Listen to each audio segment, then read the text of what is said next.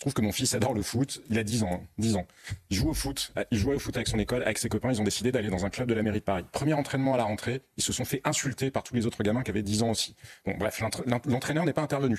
Eh bien, vous savez quelle a été la réaction? La semaine suivante, la mairie a décidé que puisque c'était ça, fallait séparer les petits bourgeois entre guillemets des autres, et donc ils ont eu un entraîneur pour eux tout seuls. Mais vous imaginez le renoncement que ça représente?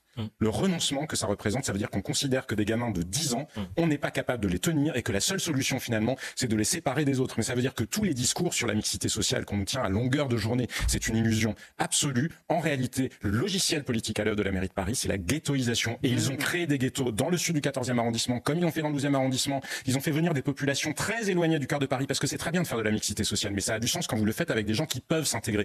Pas quand vous faites venir des populations qui sont tellement loin du mode de vie parisien que finalement elles ne vont jamais s'intégrer. C'est le cas autour du parc André Citroën, c'est le cas dans le sud du 14e arrondissement, c'est le cas vers Colonel Rosenhoff dans le 12e arrondissement. Personne ne demande des comptes à la mairie de Paris pour les conséquences, et tous les riverains le subissent au quotidien.